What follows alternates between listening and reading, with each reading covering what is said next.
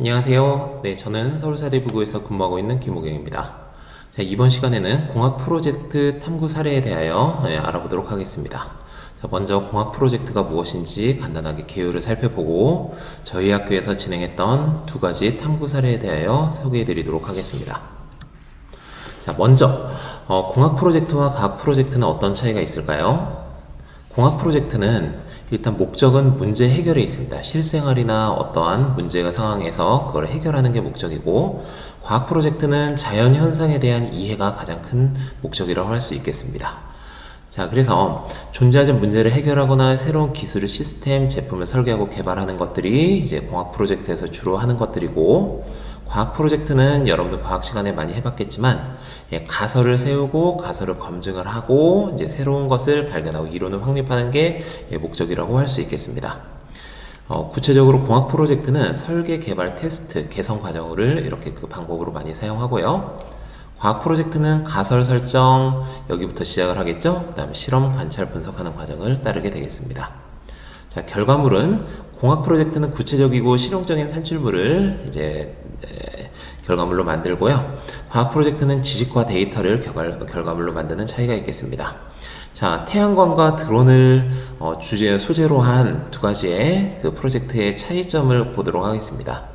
예를 들어서 태양광 패널을 활용한 에너지 효율이 높은 가로등을 설계한다. 그러면 이거는 이제 공학 프로젝트가 되는 거고요. 태양광이 어떤 조건에서 더 효율적으로 작동하는지 그 이유를 탐구하는 것, 이것은 과학 프로젝트가 되겠습니다. 자, 무인 드론을 설계하고 가장 최적화를 하는 것, 어떤 상황에서 최적화하는 것, 이게 이제 공학 프로젝트가 되겠고, 공기 밀도가 드론의 비행 성능에 미치는 영향을 연구하는 것, 이것은 이제 과학 프로젝트라고 할 수 있겠습니다. 자, 우리가 지금 하려고 하는 과학 프로젝트에서 논문이나 보고서에서 가장 많이 사용하는 방식은 임레드 방식이라고 하는 건데요. 이거 들어보셨을지 모르겠습니다. 자, Introduction, Method, Result, Discussion이 이 앞에 약자를 따서 임레드라고 하고 있고요. 자, 첫 번째 서론, Introduction 부분인데요. 자, 연구 배경 및 문제 정의를 하는 단계입니다. 자, 목적과 중요성 설명하고 연구 질문이나 가설, 그리고 또 만약 그 선행 연구가 있으면 선행 연구까지도 여기 서론에 넣어주시면 되겠습니다. 그 다음 방법론, 메소드입니다. 자, 여기서 이제 연구를 어떻게 설계를 했고, 실험을 어떻게 설계하고, 어떤 식으로 실험을 했는지, 자, 데이터를 수집했으면 어떻게 데이터를 수집을 했는지, 그것들에 대하여 이렇게 소개를 해주는 부분인데요. 자, 특히 이 메소드 부분에서는 이제 재현 가능성을 위해서 상세히 이렇게 기술을 할 필요가 있습니다. 자, 리절트 부분입니다. 자, 여기는 이제 이 메소드 방법론으로 해서 이렇게 한 그런 연구나 실험 결과를 여기에 제시를 해주는 겁니다. 자, 만약 표 그래프를 활용한 데이터 시각화가 있으면 그 시각화를 해주는 게 좋고요. 자, 그 시각화한 것들에 대한 분석, 간단한 분석들이 이 단계에서 담겨 있어야 되겠습니다. 자, 마지막으로 디스커션 부분입니다. 자, 여기에서는 이제 그 결과를 해석을 해야 되겠죠. 자, 여기 앞부분에 있는 것을 이제 하나로 이렇게 통찰력 있게 해석을 하고 연구 질문과의 연관성을 분석을 해야 됩니다.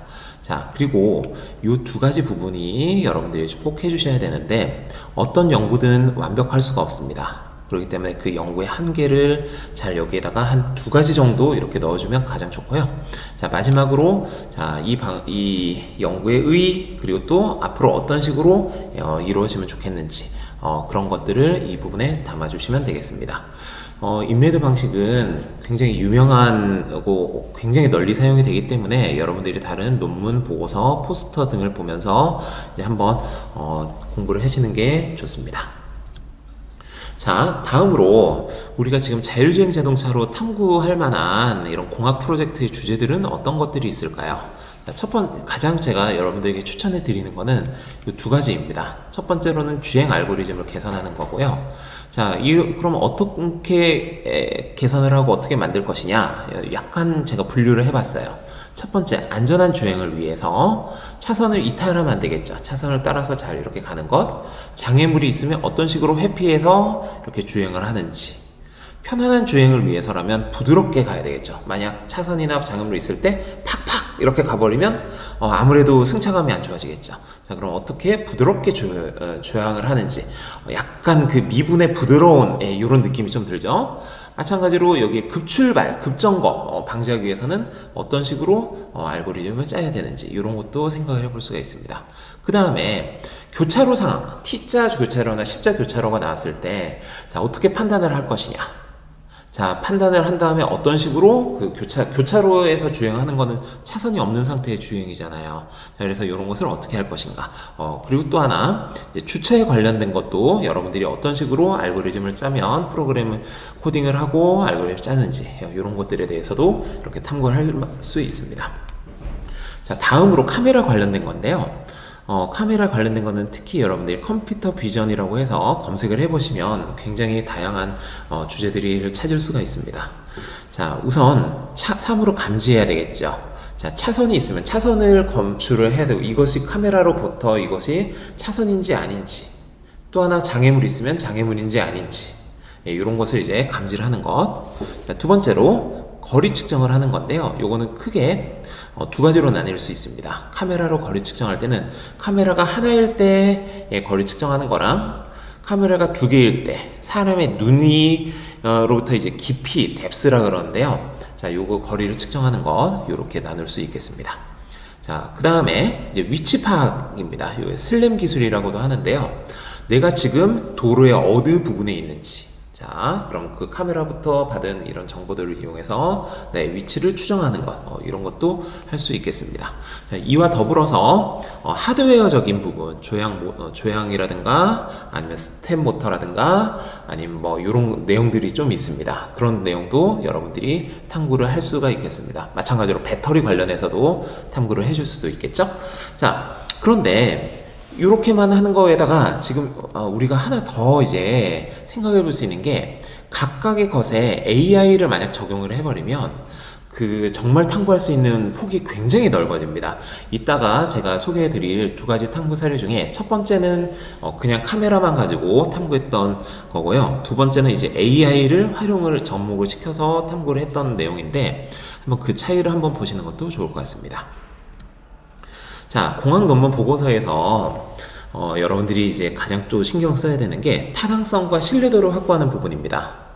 자, 그러기 위해서는 여러분들이 어떤 실험이나 뭐 예를 들어서 나는 이렇게 하면 될 거야 라고만 하는 게 아니라 그럼 될 거야 라고 하나 제시한 알고리즘이나 뭔가를 제시했으면 그걸 검증을 해야 되는 그 과정이라는 거라고 생각할 수 있겠습니다. 자, 그러면 일단 기본적으로 실험 및 검증을 통해서 하는 방법이 있고요. 만약 이게 이론적인 연구입니다. 자, 그러면 꼭 실험이나 그런 걸 안 해도 돼요. 증명을 해주면 되겠죠, 수학적으로. 아니면 시뮬레이션을 컴퓨터로 이제 모의 시뮬레이션을 돌릴 수도 있겠습니다. 자, 만약 이게 문헌 연구라든가 어떤 걸 리뷰하는 논문이나 보고서다. 그러면 이제 기존 연구를 바탕으로 이제 새로운 것을 이제 생각을 할 수 있습니다. 그래서 다른 참고 문헌들로만 이렇게 논문 보고서를 작성을 해도 좋겠습니다. 자, 그래서 일단 실험을 통한 검증을 여러분들이 가장 이제 좀 연습을 좀 해주시고 이게 가장 또 좋아요. 그게 편합니다. 예, 그리고 조금 능력이 되는 친구들은 이제 수학적 증명이나 아니면 시뮬레이션도 한번 시도를 해보시는 것도 좋고요. 문헌 비교라든가 이제 데이터 분석 이런 것들, 그러니까 남이 이미 만들어 놓은 데이터들을 가져다가 한번 그걸 가지고 분석을 하는 것도 이제 가능할 수도 있을 것 같습니다. 자, 그럼 이제 다음으로 저희 학교 탐구활동 소개를 하도록 하겠습니다. 작년 사례인데요. 자, 일단 그 청년공학에 실려 있습니다. 이거 상은 받지는 못했고요. 자, 일단 앱스트랙을 보면 이제 어떤 식으로 이제 논문이나 보고서가 이렇게 어떤 흐름이구나를 이렇게 잘 알 수 있습니다. 자, 여기에서는 카메라 한 대만을 이용해서 거리 측정 대상의 픽셀 값만으로 거리를 계산한 알고리즘을 만든다. 이 논문은 이런 거구나 라고 생각할 수 있겠죠. 자, 그런데 어떤 식으로 하냐면 수평일 대랑 아래쪽으로 기울어졌을 때 이렇게 상황을 나누어서 이렇게 탐구를 했구나, 그리고 그거를 계산하는 과정이었구나 라는 것을 우리가 알 수 있겠습니다. 자, 그러면 이제 아이디어는 뭐냐면 요거는 이제 실제 그 논문에 있는 건 아니었고요.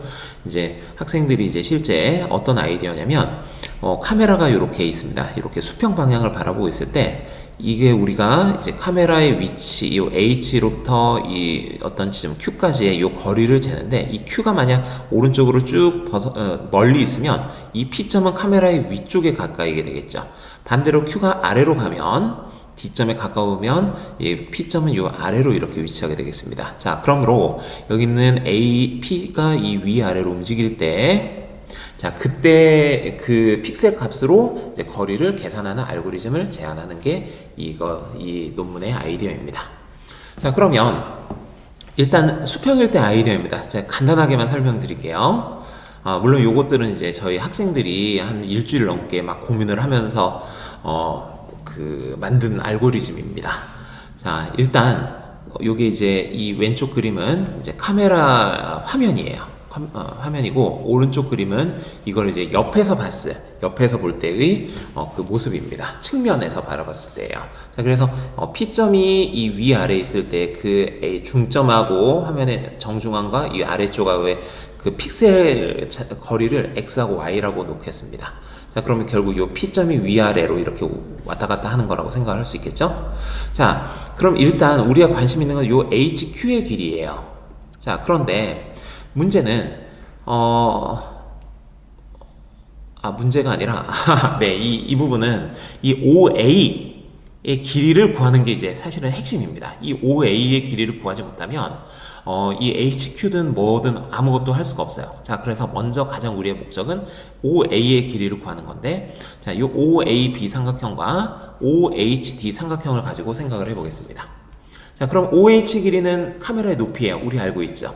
자, HD의 길이는 이제 카메라의 이 수평 방향으로 갔을 때 가장 아래쪽 B점에 만약 위치했을 때 그때의 길이입니다. 이건 우리가 이미 사전에 측정할 수 있는 값들이에요. 자, 그리고 AP하고 PB의 길이는 X하고 Y 값이라고 할 수 있겠죠. 그럼 우리는 이제 OA의 길이만 모르는 거예요. 자, 그러면 이 두 삼각형은 닮음이죠. 닮음비를 이용해서 OA의 길이를 이렇게 구할 수 있습니다. 자, 그 다음에 이제 요 OA의 길이를 구하면 이제 이번에 OAP랑 OHQ 요 삼각형을 두 개 마찬가지로 닮은 비를 이용해버리면 이제 이 HQ의 길이를 이제 구할 수가 있는 겁니다. 자, 그한 공식이 바로 이렇게 아래가 되겠고요. 자, 그러면 이제 두 번째 카메라 방향이 이제 알파도만큼 아까까지는 쉬웠어요. 자, 알파도만큼 이렇게 아래를 바라보고 있을 때도 그러면 이제 이거를 이제 구할 수 있겠느냐라는 건데요. 자, 문제는 이제 요거 이제 삼각함수를 이용을 해야 됩니다. 삼각함수를 이용해야 되는데, 자, 첫 번째로 자, 우리 아까 이 수평 방향으로 바라봤을 때 이 OA의 길이를 그대로 가져다가 쓸 거예요. 자, 그래서 이제 OAP의 길이를 우리가 탄젠트 세타라고 한다면 탄젠트 세타는 자, 우리 아까 그 전 페이지에서 OA의 길이 구했잖아요. 그걸 이용해서 탄젠트 세타를 이렇게 구할 수가 있습니다. 자, 그리고 이제 우리가 카메라 방향의 수평에서 알파도만큼 이렇게 아래로 본다고 할 때 자, 어떻게 되냐면 자, 요 각을 우리가 베타라 그러면 베타랑 세타랑 알파를 다 더하면 90도가 되죠. 자, 그럼 베타는 90도 빼기 알파 마이너스 세타가 됩니다. 자, 우리가 구하고자 하는 HQ의 길이는 OH 곱하기 탄젠트 베타가 되겠죠. 요 직각삼각형에서. 자, 그럼 베타는 90도 빼기 알파 빼기 세타인데 이제 여기에서 우리는 이제 뭘 사용하냐면 이거 배운 친구들도 있는데 탄젠트 덧셈 정리를 이제 사용을 하게 되겠습니다. 자, 그래서 만약 10도가 되면 탄젠트 80도 마이너스 세타가 돼서 탄젠트 덧셈 정리를 이용해서 이렇게 계산을 할 수가 있겠습니다.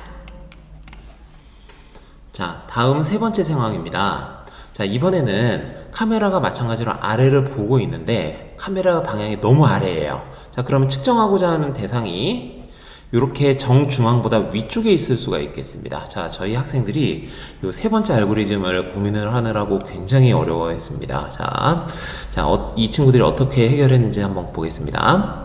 자, 일단 이 기울어진 각을 알파라 그러고요. 자, AOP의 각을 우리가 이 삼각형의 각을 세타라고 하겠습니다. 아까 똑같아요. 자, 그리고 우리가 측정하고자 하는 길이가 HQ잖아요. 그쵸? 그럼 요 OHQ의 요 각을 우리가 베타라고 보겠습니다. 자, 그러면 베타하고 알파하고 세타하고의 관계식은 베타 더하기 알파에서 세타를 빼버리면 90도가 되죠. 한마디로 베타는 90도 빼기 알파 마이너스 알파 플러스 세타가 되겠습니다. 자, 그래서 HQ는 OH 곱하기 탄젠트 90도 빼기 알파 플러스 세타인데요. 자, 문제는 아까 그 탄젠트 세타를 구해야 되는데 세타가 아까까지는 이 아래에 있었어요. 카메라 방향보다 아래에 있었는데 지금 카메라 방향보다 이 세타가 위에 있습니다. 자, 그래서 이 친구들의 이제 이 논문의 가장 핵심 아이디어는 뭐냐면 요 P점을 화면 정중앙에 대하여 대칭 이동을 시켜버렸습니다. P'이라고. 자, 그 다음에 여기에서 x, y 값을 구해서 탄젠트 세타를 아까 우리가 했던 두 번째 알고리즘의 이 상황으로 만들어서 탄젠트 세타를 그대로 가져다가 쓴 거예요. 이게 바로 굉장히 해결하기 어려웠는데 아무튼 이 친구들이 좀 요것을 잘 이렇게 해결을 하였습니다. 제가 굉장히 칭찬을 많이 해줬고요. 자, 그래서 만약 이 공식에다 이제 알파가 만약 30도라고 하면 여기다 집어넣어 버리면 이번엔 탄젠트에서 50도 플러스 세타가 돼서 이런 식으로 그 탄젠트 덧셈 정리를 이용해서 아까 마찬가지로 구할 수 있겠습니다. 자, 그런데 이거는 이제 학생들이 제안한 알고리즘이었잖아요. 그쵸? 자, 그것을 이제 어떤 과정이 필요하다 그랬죠? 신뢰성과 타당성을 이제 보장하기 위해서 실험과 검증의 과정을 이제 이어지게 되겠습니다. 자, 학생들은 이제 실제 데이터를 수집을 했고요. 자, 그리고 이것을 데이터 정리하고 이 알고리즘이 어떤지를 확인하기 위해서 오차를 정의를 하였고요. 오차 비율도 정의를 했습니다. 오차는 이제 계산한 거리에서 이제 실측 거리를 이제 빼준 값. 오차 비율은 그 오차에서 그 실측 거리를 나눈 값입니다. 그렇죠. 그렇기 때문에 이제 오차 비율이 만약 10%예요. 그러면 실제 거리가 100m면 100cm면 10cm의 오차가 났다라는 것을 이제 알 수 있겠습니다. 그래서 실제 이 데이터들을 이제 쭉 이렇게 사진 찍고 측정을 해서 여기다 정리하고 이제 이것을 계산을 하였습니다. 자, 그런 다음에 이제 요거를 이제 데이터를 이제 표를 그려서 그래프를 그려서 이제 분석을 했고요. 자, 4도 아래랑 5도 아래일 때는 약 10에서 5에서 15% 정도 이렇게 차이가 났고요.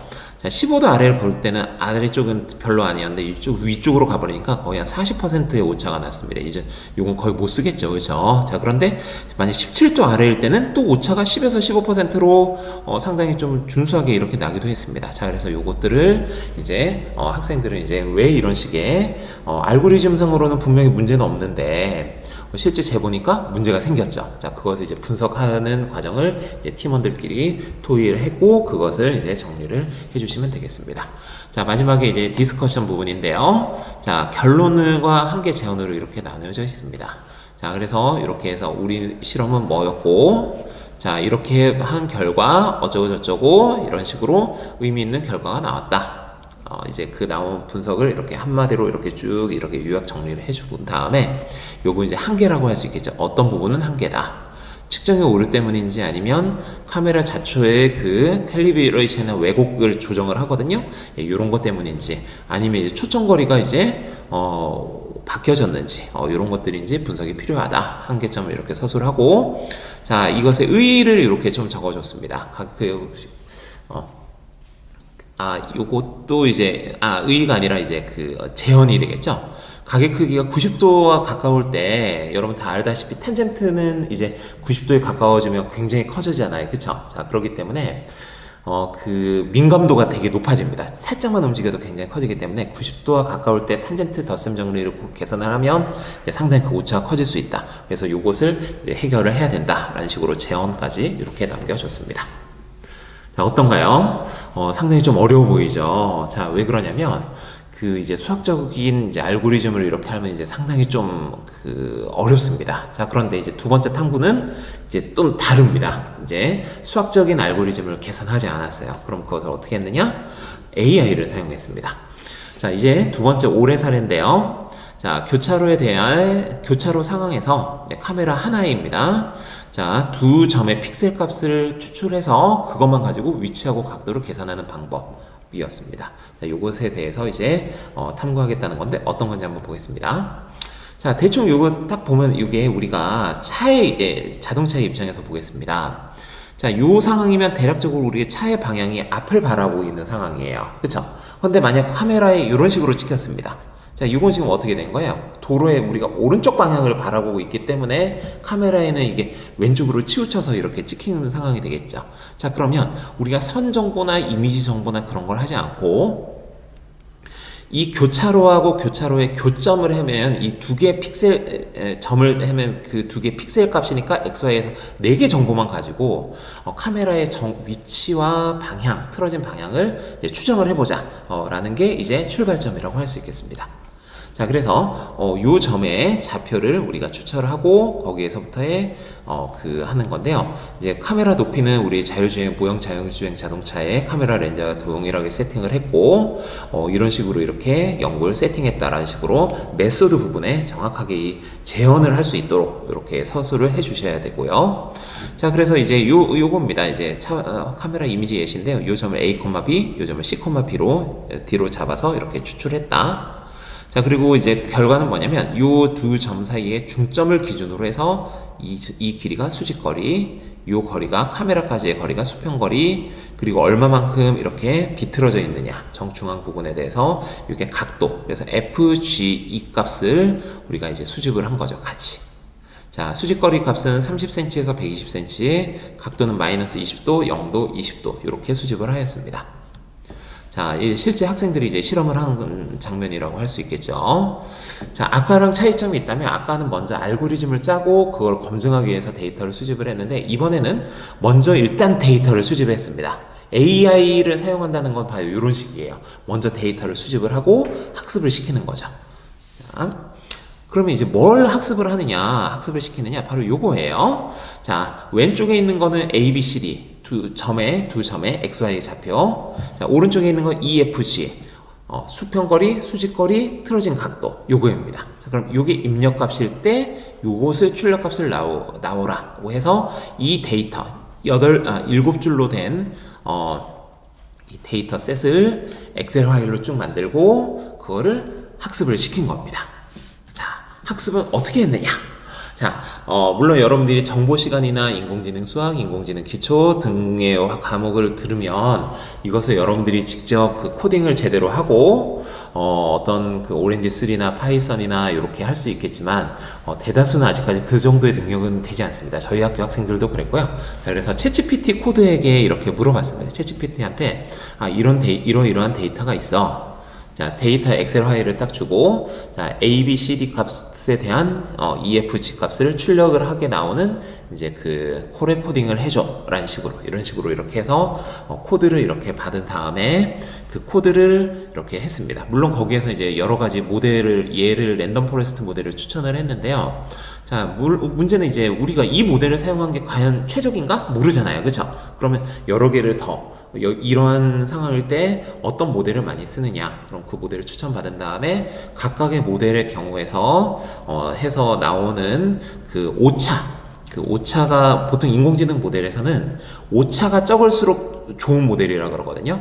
그러니까 예상된 계산된 값과 추측된 실제 값의 차이가 줄어들수록 이게 굉장히 좋은 모델인데, 그것을 한번 이제 실제 그것도 추천을 받아서 각각에 있는 것을 이제 돌려본 겁니다. 모델에 돌려보고 이제 한 거였습니다. 자, 그래서 이제 실제 검증을 해본 결과가 이렇게 나오는데요. 문제는 이제 검증을 하기 위해서는 우리가 학습하지 않은 새로운 값을 이제 해야 되겠죠, 그렇죠?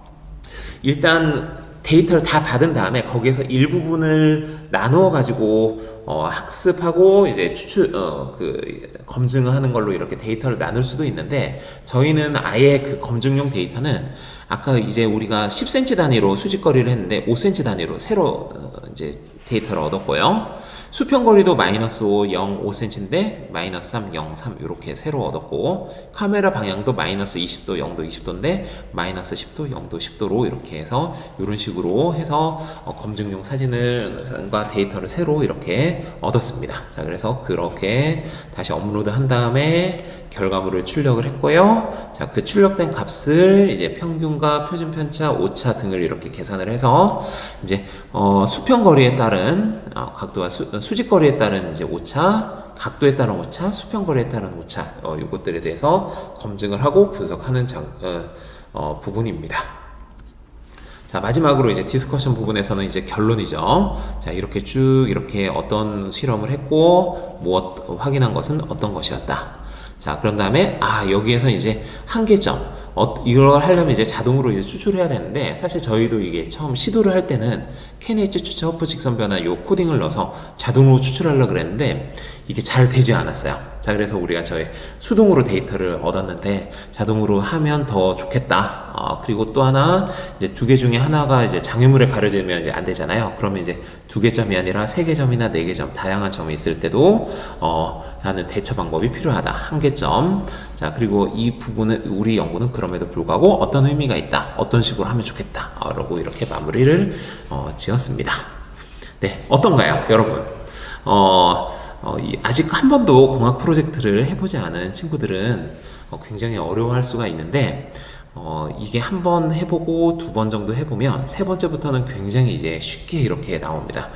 일단 임레드 방식으로 만들어진 논문과 포스터 이런 것들을 한번 많이 참고해 보시고, 우리가 처음 아까 앞부분에 소개드렸던 자율주행 자동차라는 소재로 내가 할 수 있는 탐구할 만한 것들이 무엇이 있는가 한번 모드먼과 팀원들과 함께 같이 상의를 해보면 즐겁고 의미 있는 공학 프로젝트가 될 수 있을 거라고 생각합니다. 네, 감사합니다.